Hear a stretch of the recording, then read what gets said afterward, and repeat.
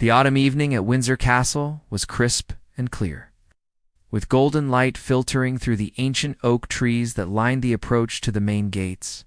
Corporal David Williams, 24 years old and serving his third year as a member of the Queen's Guard, stood at his ceremonial post with the perfect posture and unwavering attention that had become second nature through countless hours of training and duty. David had always felt a deep sense of pride in wearing the iconic red tunic and bearskin hat that made the Queen's Guard instantly recognizable around the world. The uniform represented more than just ceremonial dress. It connected him to centuries of British military tradition and embodied the values of discipline, honor, and service that had shaped his character since childhood. The late afternoon shift was typically quieter than the morning ceremony. With fewer tourists and a more peaceful atmosphere around the castle grounds, most visitors had already completed their tours and moved on to other London attractions, leaving only a handful of dedicated history enthusiasts and photography enthusiasts to appreciate the continuing pageantry of the guard duty. David's background had prepared him well for the demands of his position. The son of a career military officer, he had grown up understanding the importance of discipline, respect for authority, and the honor that came with serving something greater than oneself. His father had served in the Royal Marines for 25 years, including multiple deployments in Iraq and Afghanistan, and had instilled in David a deep appreciation for military tradition and the sacrifices made by those who chose to serve their country. The path to becoming a Queen's Guard had not been easy. David had completed his basic military training with distinction, served a tour of duty in Afghanistan where he had proven himself under combat conditions, and then undergone the specialized training required for ceremonial duties. The selection process was rigorous, requiring not only physical fitness and military competence, but also the psychological stability necessary to maintain perfect composure under any circumstances, standing at his post as the sun began its descent toward the horizon. David found himself reflecting on the events that had brought him to this moment. The previous year had been particularly challenging, both professionally and personally. His deployment to Afghanistan had exposed him to combat situations that tested his courage and resolve, while also giving him a deeper appreciation for the peaceful ceremonial duties he now performed. During his combat tour, David had lost several close friends to improvised explosive devices and sniper attacks. The experience had left him with a profound understanding of the preciousness of life and the importance of honoring the memory of those who had made the ultimate sacrifice in service to their country. Every day he wore his uniform, he carried with him the knowledge that others had died for the freedom and security that allowed such traditions to continue. The transition from active combat duty to ceremonial responsibilities had required significant psychological adjustment. While the Queen's Guard role was less physically dangerous, it demanded a different kind of strength, the mental discipline to stand motionless for hours while maintaining perfect military bearing. Regardless of weather conditions, tourist behavior, or personal discomfort, David had mastered these requirements through months of intensive training. He had learned to enter an almost meditative state while on duty, maintaining awareness of his surroundings while transcending the physical discomfort of standing at attention for extended periods. The training had also prepared him to deal with various challenges, from unruly tourists to weather emergencies, while never breaking character or compromising the dignity of his position. As the evening progressed, David noticed a small group of people approaching the castle gates. Most appeared to be typical tourists, walking respectfully and speaking in hushed tones as they approached one of Britain's most iconic locations. However, one member of the group immediately caught David's attention due to his unsteady gait and loud, slurred speech. The man appeared to be in his mid-30s, wearing expensive but disheveled clothing that suggested he had been drinking for several hours. His face was flushed, his hair was messy, and his movements had the exaggerated quality that David recognized as signs of significant intoxication. The man's companions seemed embarrassed by his condition and were making unsuccessful attempts to keep him quiet and under control. David's training had included extensive preparation for dealing with intoxicated individuals. Alcohol-related incidents were not uncommon at tourist attractions, and guards were expected to maintain their composure while allowing security personnel to handle any situations that required intervention. The key was to remain professional and disciplined while staying alert to potential threats or disturbances. The drunk man began speaking loudly about the ridiculous costumes and waste of taxpayer money that he associated with the royal ceremonies. His voice carried clearly across the relatively quiet courtyard, drawing uncomfortable looks from other visitors who were trying to enjoy the peaceful evening atmosphere at the historic castle. David remained perfectly still, his gaze fixed straight ahead despite the growing disruption. His training had taught him to treat such provocations as tests of his discipline and professionalism. The uniform he wore represented not just his own service, but the honor and tradition of every soldier who had stood in similar positions. Throughout British history, the intoxicated man's companions were clearly struggling to manage his behavior. A woman who appeared to be his wife kept tugging at his sleeve and whispering urgent requests for him to quiet down, while other members of their group looked increasingly mortified by the scene he was creating. In such a dignified setting, security personnel stationed around the castle grounds were beginning to take notice of the disturbance, moving closer to the area while maintaining their professional discretion. Castle protocols required them to assess situations carefully before intervening, allowing minor disturbances to resolve themselves naturally, while remaining prepared to act if circumstances escalated beyond acceptable limits. David found himself thinking about his fellow soldiers who were currently serving in dangerous locations around the world, facing real threats and genuine hardships while protecting British interests and values. The contrast between their serious duties and the trivial nature of tourist complaints about ceremonial traditions only reinforced his commitment to maintaining the dignity of his position. The drunk man seemed to grow more agitated as his attempts to provoke reactions from the guards met with professional silence. His voice became louder and more aggressive, as if he interpreted their disciplined non-response as a personal challenge rather than evidence of their training and dedication. Other tourists in the area began moving away from the increasingly disruptive individual, with parents ushering children toward different parts of the castle grounds and couples abandoning their photography sessions to avoid the unpleasant atmosphere he was creating. The peaceful evening that David had been enjoying was rapidly deteriorating into something more challenging as the minutes passed. David maintained his perfect military bearing while remaining alert to the developing situation. His experience in combat zones had taught him to assess threats quickly and accurately, and while the drunk man was clearly obnoxious and disruptive, he didn't initially appear to pose any serious danger to security or public safety.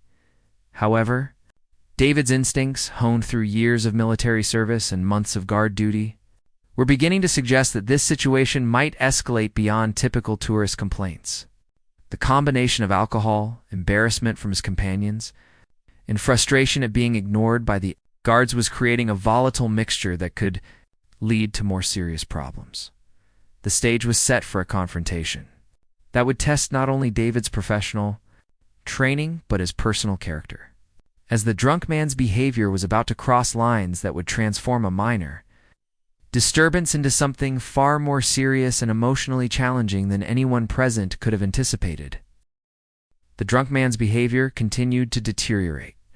As his initial complaints about the ceremonial guards failed to generate any response, what had begun as loud grumbling about pointless traditions was evolving into something more aggressive and personal, drawing increasingly concerned looks from security personnel who were monitoring the situation from discreet positions around the castle grounds.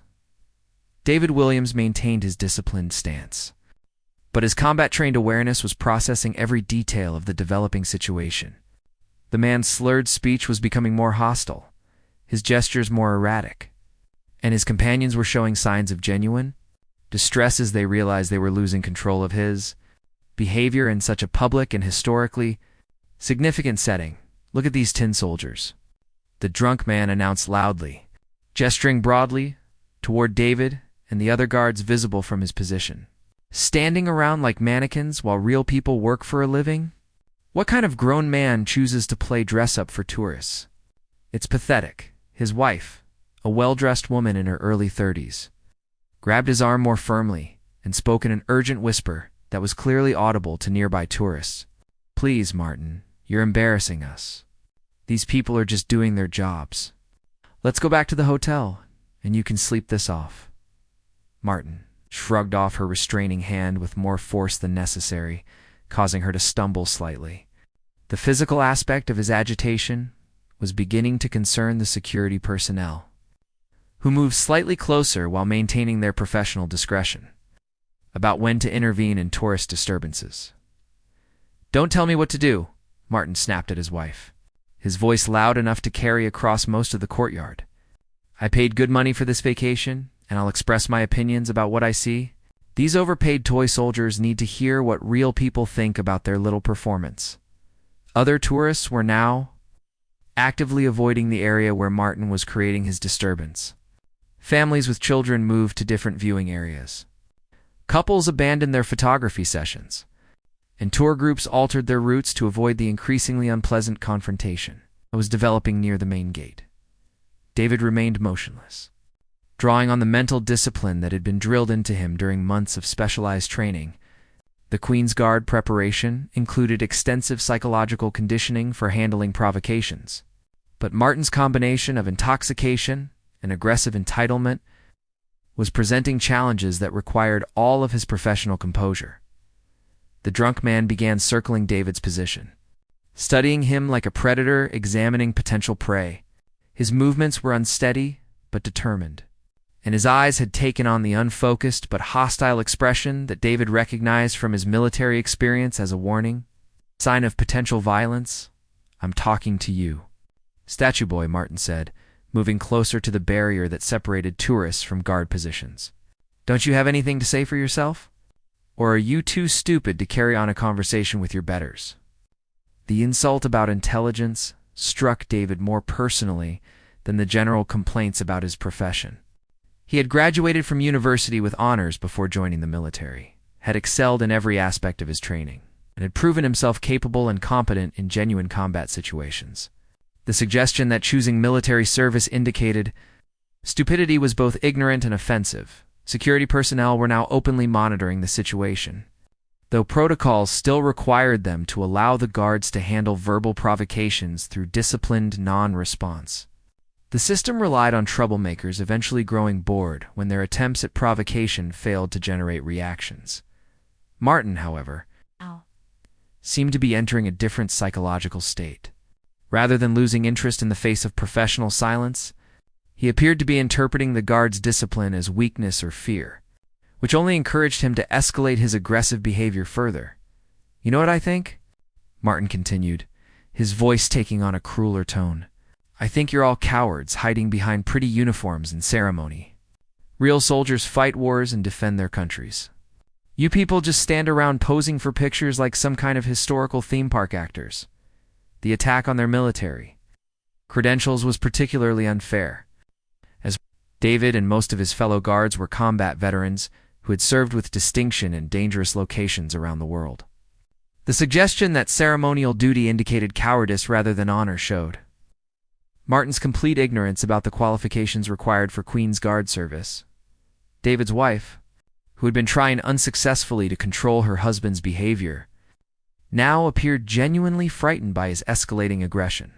She looked around desperately for help, clearly recognizing that the situation was moving beyond her ability to manage through personal intervention. "Martin, please?" she begged, her voice carrying a note of genuine fear. "You're drunk and you're making a scene. These security people are going to arrest you if you don't stop this right now. Think about our children. Do you want them to see their father being dragged away in handcuffs?" Her mention of children seemed to penetrate Martin's alcohol-fueled rage momentarily.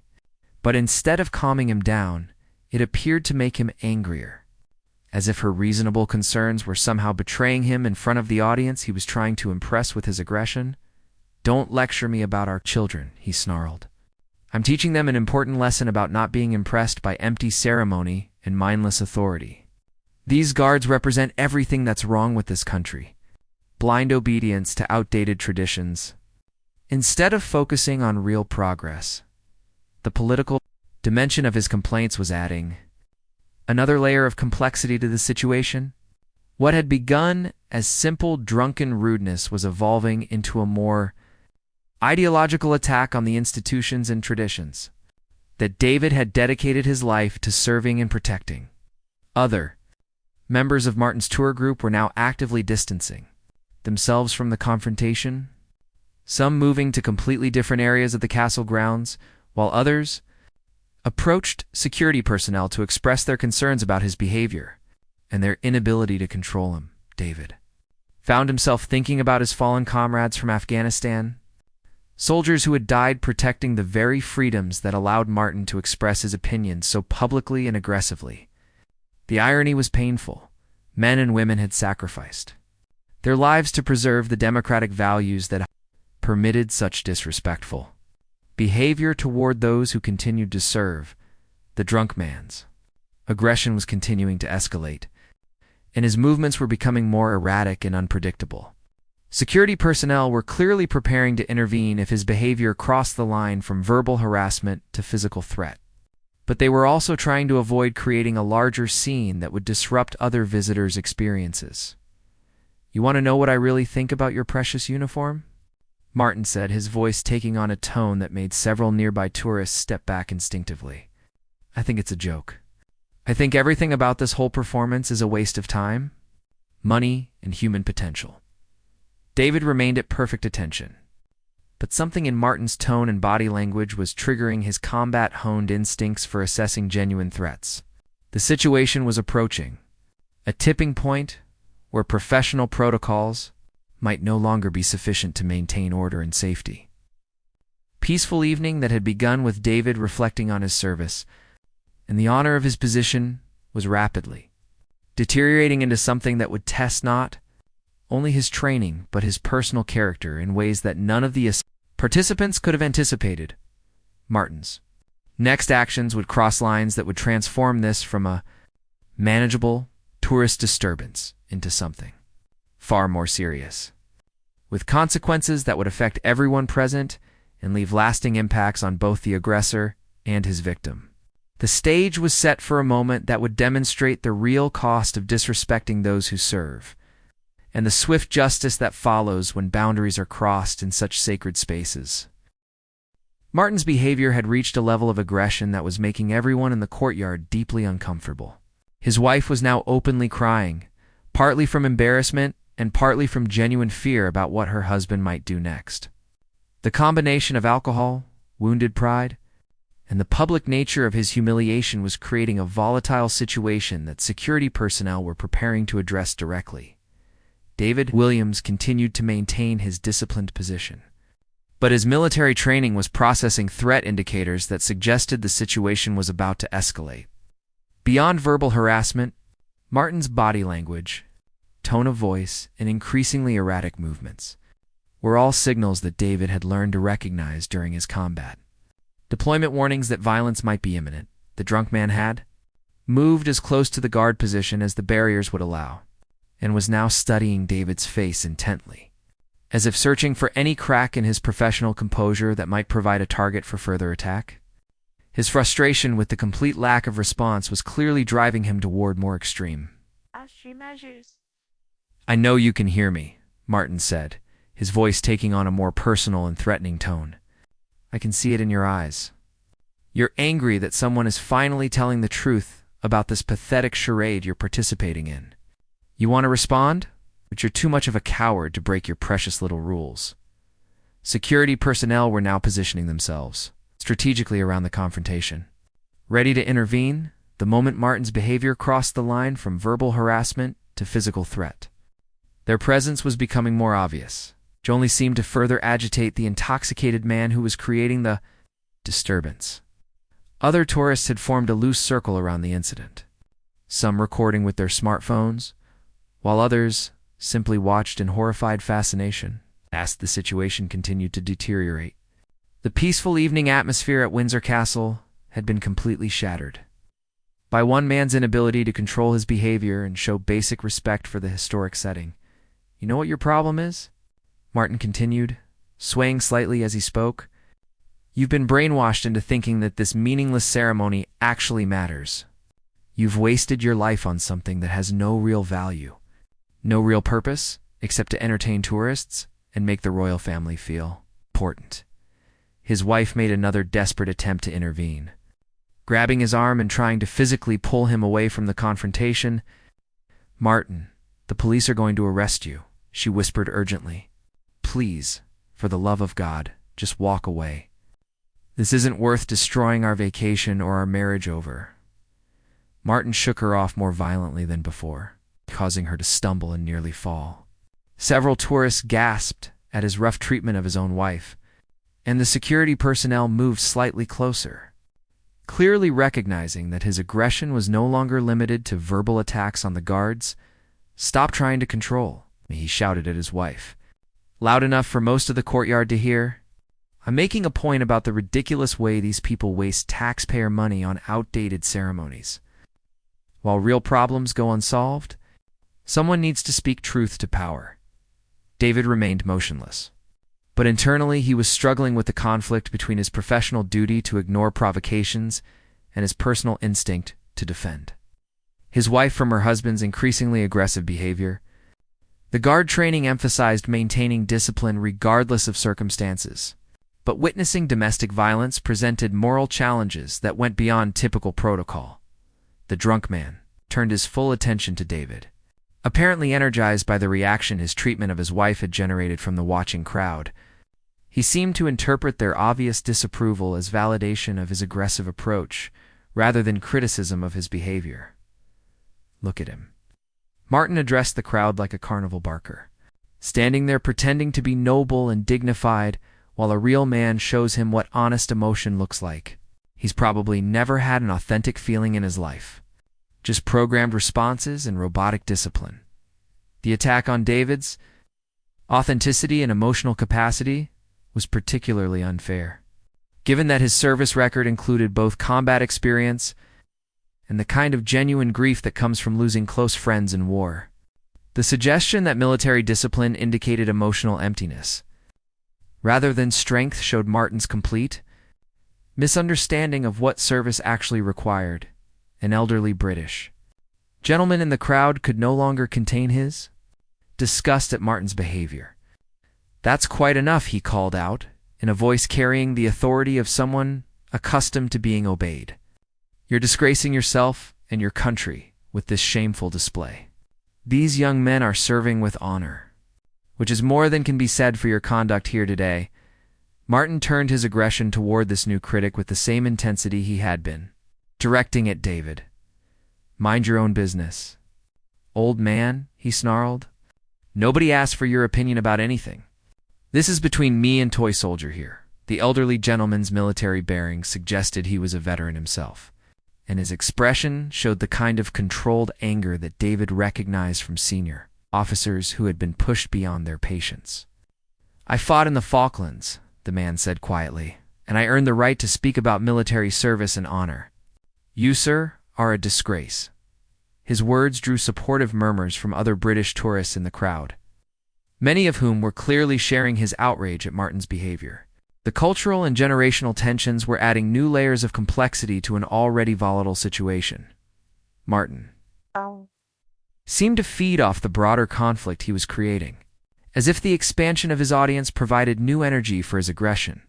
He began moving in wider circles, addressing different parts of the crowd while maintaining his focus on David as his primary target. "All of you are missing the point," he announced with the grandiose confidence that alcohol often provides.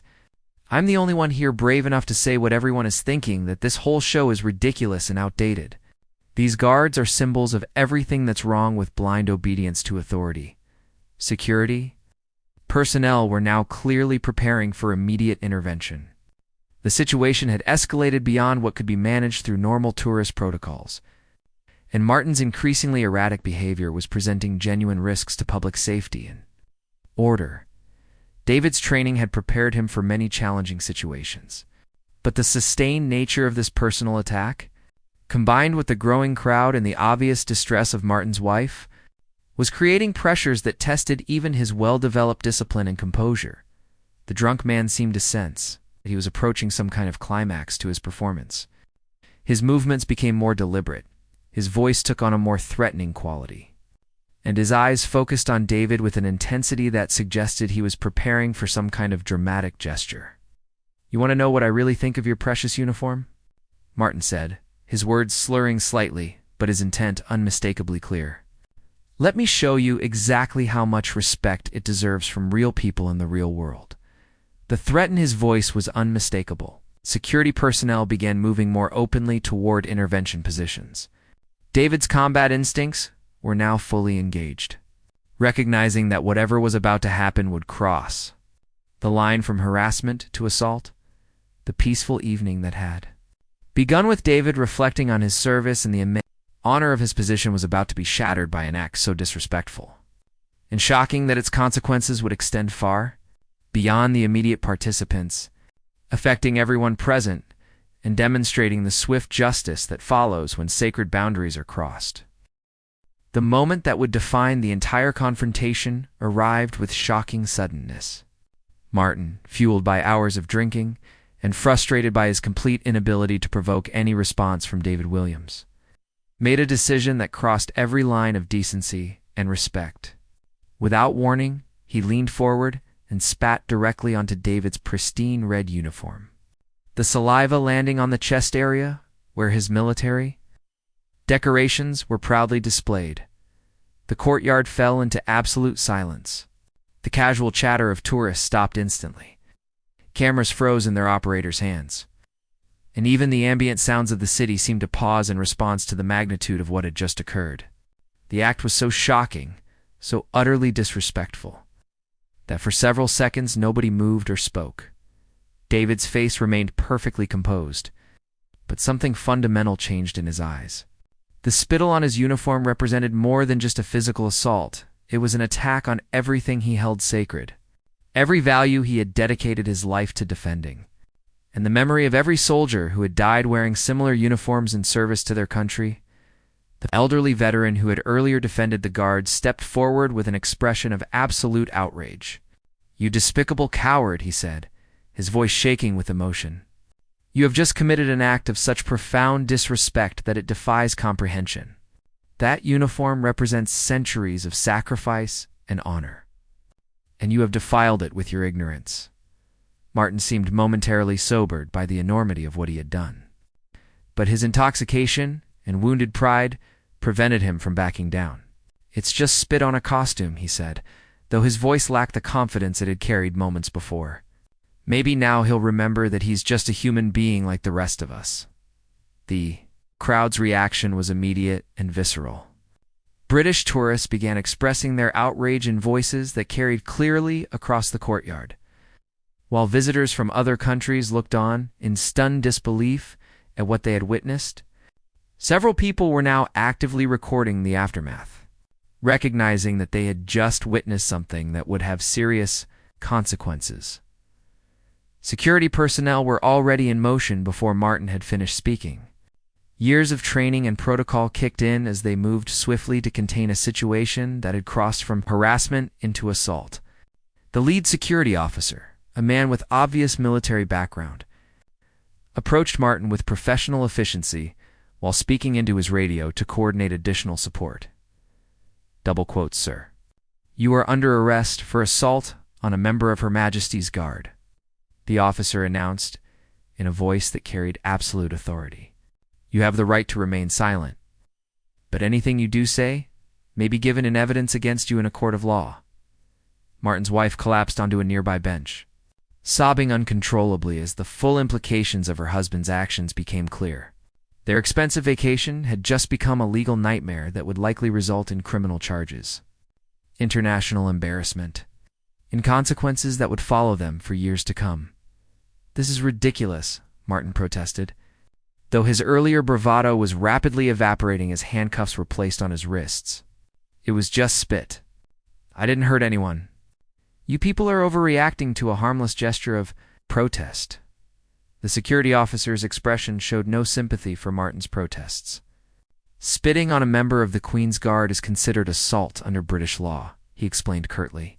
The fact that you did it deliberately and in public makes it even more serious. You will be processed through the criminal justice system and face the full consequences of your actions. David remained at his post throughout the arrest procedure, maintaining his disciplined stance despite the emotional turmoil of what had just occurred. The uniform that had been his pride just minutes earlier now bore the physical evidence of someone's contempt, but his training and character prevented him from breaking protocol. Even under such extraordinary circumstances, other guards at nearby positions were also maintaining their composure, though subtle signs suggested they were all deeply affected by what had happened to their colleague. The Queen's Guard served as a unit, and an attack on one was felt personally by all of them. Additional security personnel arrived to assist with Martin's removal and to begin the process of managing the crowd that had witnessed the incident. Castle protocols required careful documentation of any assault on guard personnel, and the presence of numerous witnesses would ensure that the case against Martin was thoroughly substantiated. The elderly veteran approached the barrier near David's position and spoke in a voice loud enough for the remaining crowd to hear. "Young man," he said formally, "on behalf of every British citizen who understands the honor of your service, I want you to know that what happened here today does not reflect the values of our nation or the respect that your sacrifice deserves." His words drew spontaneous applause from the British tourists present, many of whom were visibly moved by the dignity with which David was handling such a humiliating assault. The contrast between his professional composure and Martin's shameful behavior could not have been more stark. As Martin was led away in handcuffs, he continued to protest his innocence and the severity of his treatment. "This is insane," he called out to anyone who would listen. "I'm being arrested for expressing my opinion about a public ceremony. Whatever happened to free speech?" His wife followed the arrest procession at a distance, speaking urgently into her phone as she tried to contact family members or legal representation. Her earlier embarrassment had evolved into genuine panic as she began to understand the serious legal and financial consequences of her husband's impulsive act. The crowd that remained in the courtyard was subdued but supportive of David and his fellow guards. Many tourists approached the barriers to express their sympathy and respect, while others continued recording to document the professionalism with which the guards maintained their duties despite the assault they had witnessed. David found himself thinking about his fallen comrades from Afghanistan, soldiers who had died defending the values and freedoms that Martin had just abused so carelessly. The contrast between their sacrifice and this man's selfish disrespect created an emotional weight that challenged even his well-developed discipline. A senior officer from the castle's military staff approached David's position and spoke quietly with him about the incident. While protocol required him to complete his guard duty, arrangements were being made to provide support and ensure that the assault was properly documented for legal proceedings. Peaceful evening that had begun with David reflecting on his service had been transformed into something that would be remembered by everyone present as an example of how quickly respect can be violated and how swiftly justice follows such violations. The consequences of Martin's actions were only beginning to unfold, and they would prove to be far more serious and long-lasting than his alcohol-impaired judgment had anticipated. The incident would serve as a stark reminder that certain lines should never be crossed, that respect for those who serve is not optional, and that actions have consequences that extend far beyond the moment of their commission. Martin's few seconds of drunken aggression would result in consequences that would affect his life, his family, and his future in ways he was only beginning to understand. As Martin was escorted away in handcuffs, the full weight of the legal and social consequences of his actions began to unfold with startling speed. Within minutes of the incident, multiple videos taken by tourists were already being uploaded to social media platforms, where they would soon go viral and attract international attention to his shocking act of disrespect. Castle security immediately initiated protocols, designed to protect both the dignity of the Queen's Guard and the integrity of the legal proceedings that would follow. Senior officials were notified, incident reports were filed, and arrangements were made to ensure that David Williams received appropriate support following the assault he had endured. The police van carrying Martin away from Windsor Castle was followed by his distraught wife, who was now facing the reality that their vacation had become a legal nightmare with international implications. Her frantic phone calls to family members and potential legal representatives painted a picture of growing desperation as she began to understand the severity of British laws regarding assault on members of the royal household. Back at the castle, David continued his duty with the same professional bearing he had maintained throughout the ordeal. But the emotional impact of being spat upon while serving his country was beginning to process through his consciousness. The uniform that had been his pride now carried the physical reminder of someone's contempt, creating a complex mixture of anger, sadness, and determination to honor his service despite the assault. The crowd that had witnessed the incident was slowly dispersing, but many tourists remained to express their support for David and their outrage at what they had seen. International visitors were particularly shocked, having come to Britain expecting to witness dignified ceremony and instead seeing an appalling display of disrespect towards someone who represented the best of British military tradition. A group of American tourists approached the barrier near David's position, clearly wanting to distance themselves from Martin's behavior and express their respect for his service.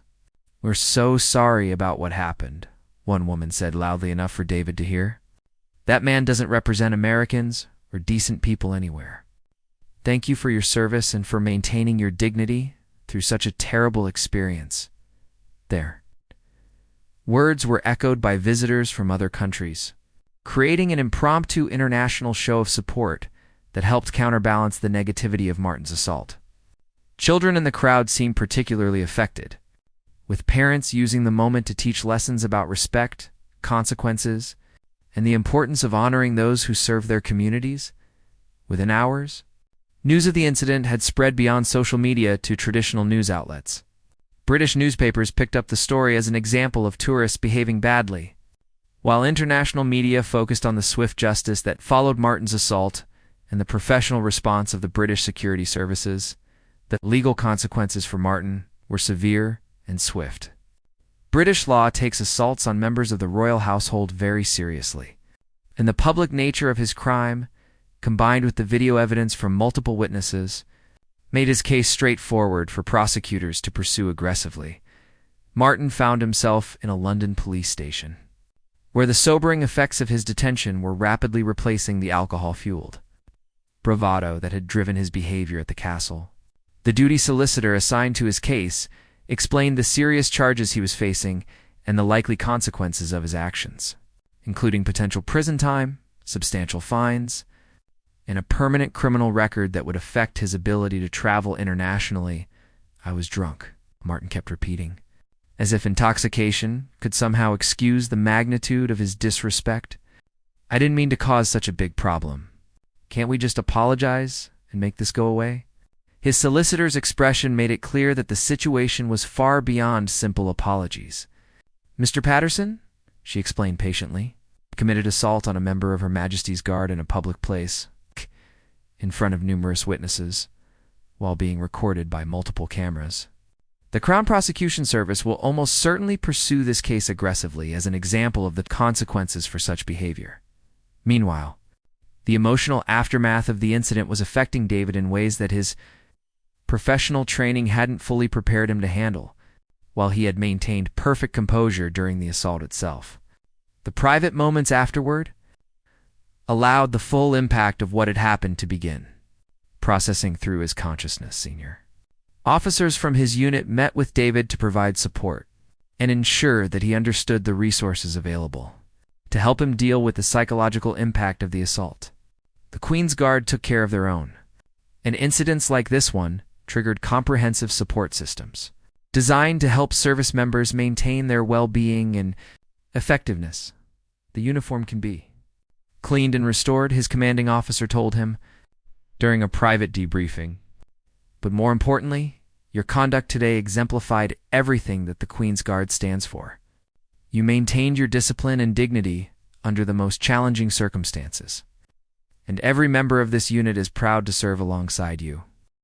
The public response to videos of the incident was overwhelmingly supportive of David and critical of Martin's behavior. Comments from around the world expressed admiration for the Guard's professionalism and disgust at the tourists' disrespectful actions. The incident became a symbol of the difference between honorable service and selfish entitlement. British military veterans were particularly vocal in their support, with many sharing their own experiences of dealing with disrespectful behavior while representing their country. The incident resonated deeply with anyone who had ever worn a uniform in service to others, creating a sense of solidarity that transcended individual branches of service or generations of veterans. Martin's wife was facing her own crisis as the reality of their situation became clear. The expensive vacation they had planned and saved for had become an international embarrassment that would follow their family for years to come. Her husband's few moments of drunken aggression had created consequences that would affect their children, their careers, and their ability to travel internationally.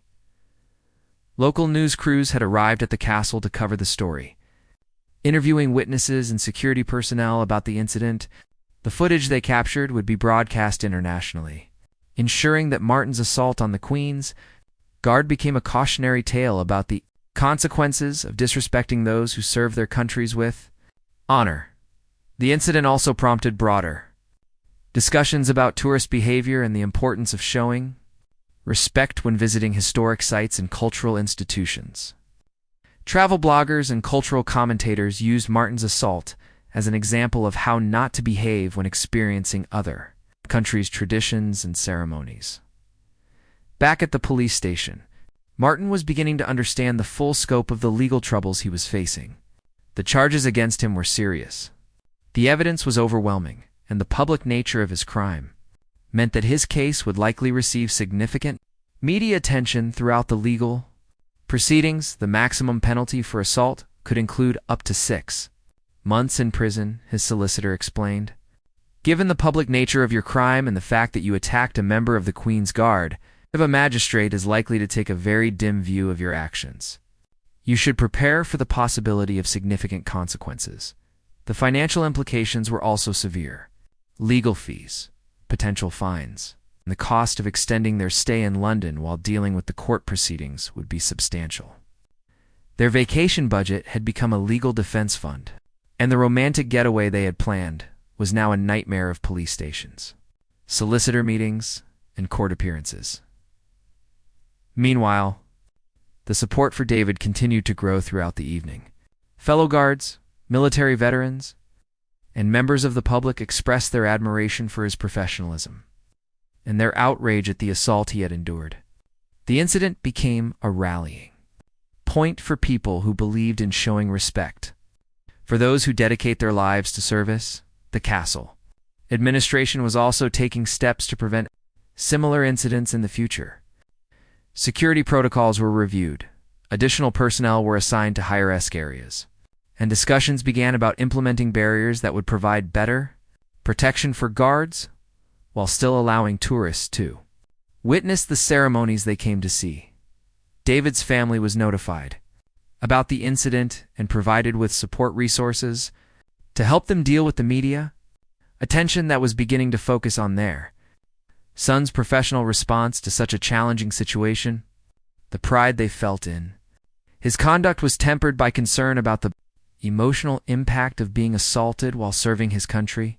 The international response to the incident highlighted the respect that people around the world felt for the Queen's Guard and similar ceremonial units. Messages of support came from military personnel, government officials, and ordinary citizens who recognized the dignity and professionalism that David had demonstrated under extremely difficult circumstances. As the evening progressed, the story continued to spread across social media and traditional news outlets. The stark contrast between Martin's shameful behavior and David's professional response became a powerful symbol of the difference between selfishness and service, between disrespect and dignity, between the worst and best aspects of human character. The incident would serve as a lasting reminder that actions have consequences, that respect for those who serve is not optional, and that justice follows swiftly when sacred boundaries are crossed.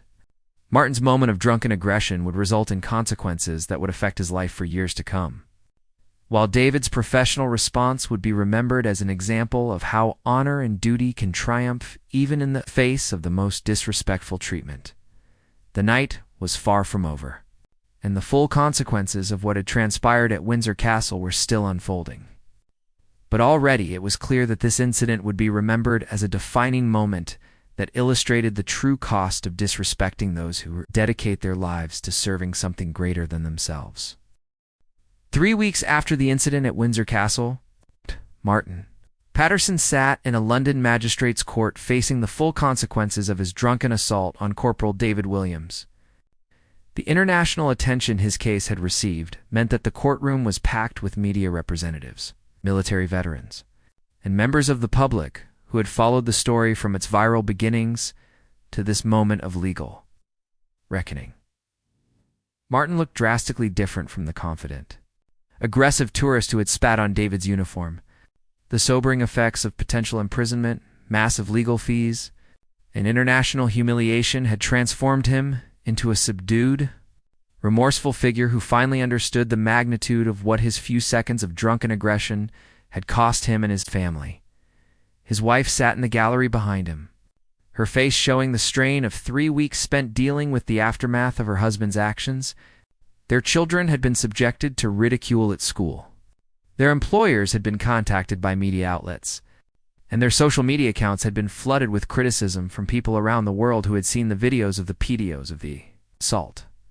David Williams was present in court, wearing his dress uniform and maintaining the same dignified bearing that had made him a symbol of professionalism and honor throughout the international coverage of the incident. His presence served as a powerful reminder of what Martin had attacked, not just an individual, but everything that the uniform represented. The prosecutor's case was straightforward and devastating. Multiple video recordings from different angles showed Martin's deliberate assault on David, while witness testimony from tourists and security personnel provided additional evidence of his aggressive behavior leading up to the spitting incident. The case was so clear-cut that Martin's defense team had advised him to plead guilty and hope for leniency based on his remorse and cooperation. "Your Honor," the prosecutor began, "this case represents far more than a simple assault.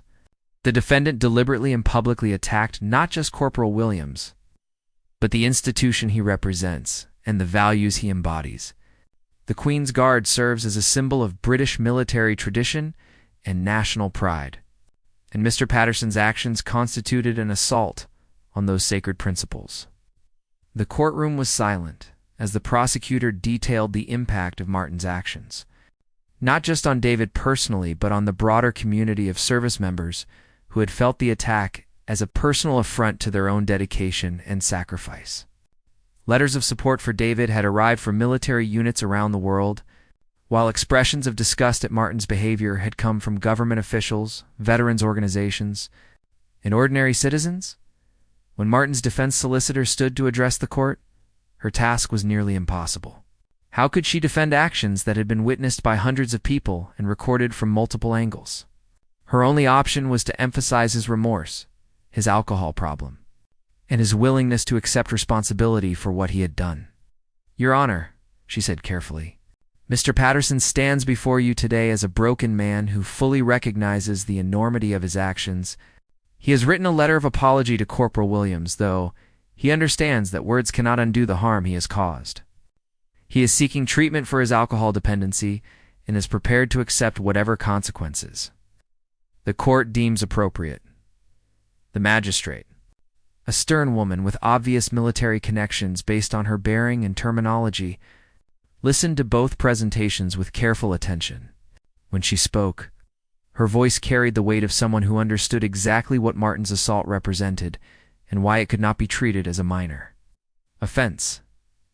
"Mr. Patterson," she began, looking directly at the defendant, "your actions on that evening at Windsor Castle were not just criminal. They were an attack on the very foundations of respect and civility that hold our society together. Corporal Williams was performing his duty with honor and professionalism when you chose to assault him in the most degrading manner possible.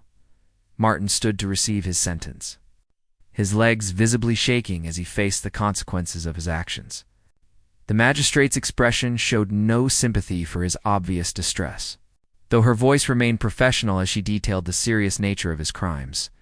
"You have pleaded guilty to assault, public disorder, and breach of the peace," she continued.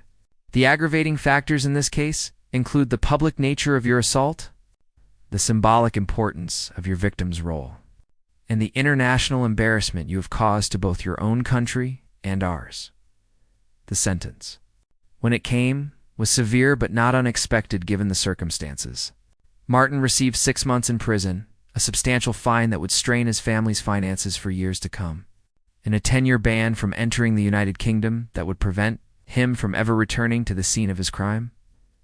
Furthermore, the magistrate added, "You will be required to write a formal letter of apology to be read publicly, acknowledging the wrongness of your actions and expressing genuine remorse for the harm you have caused. This letter will become part of the public record and will serve as a warning to others who might consider similar acts of disrespect." Martin's wife broke down in tears as the sentence was pronounced, finally allowing herself to express the grief and shame she had been carrying for weeks. Their children would grow up knowing that their father had been imprisoned for assaulting a soldier, a fact that would follow their family for decades to come. David Williams remained composed throughout the sentencing, but those who knew him could see the relief in his eyes as justice was finally served. The uniform that had been defiled by Martin's assault had been cleaned and restored, but the memory of that violation would remain with him always. The court's recognition of the seriousness of the crime helped validate the honor and importance of his service. After the sentencing, David was approached by reporters who wanted his reaction to Martin's punishment. His response was measured and professional, reflecting the same character that had made him a symbol of dignity throughout the ordeal. "I'm satisfied that justice has been served," he said simply. "This case was never about revenge or punishment for its own sake. It was about recognizing that certain lines cannot be crossed, that respect for those who serve is not optional, and that actions have consequences. I hope Mr. Patterson uses his time in prison too, reflect on his choices, and becomes a better person." The international media coverage of the sentencing reinforced the lessons that had emerged from the original incident. Respect for military service and national symbols was not just a matter of politeness, but a recognition of the sacrifices made by those who dedicate their lives to protecting the freedoms that others take for granted. Martin would spend the next 6 months in Pentonville prison, where he would have plenty of time to contemplate the few seconds of drunken aggression that had destroyed his reputation, cost his family thousands of pounds, and made him an international symbol of tourist misbehavior. His cellmates, many of whom were British veterans themselves, would ensure that his time behind bars included regular reminders of exactly what he had done to earn his place there. David returned to his duties at Windsor Castle, where he was greeted as a hero by his fellow guards and supported by a public that had come to see him as a symbol of everything that was right about military service and personal character. The incident that had tested his professionalism had ultimately reinforced his commitment to the values he served and the importance of maintaining dignity even under the most challenging circumstances. The case became a landmark example of how modern technology and social media could ensure that disrespectful behavior would not go unpunished, while also demonstrating that traditional values of honor, duty, and respect remained as important as ever in an increasingly connected world. Martin Patterson's assault on David Williams had lasted only seconds, but its consequences would resonate for years, serving as a permanent reminder that some boundaries should never be crossed.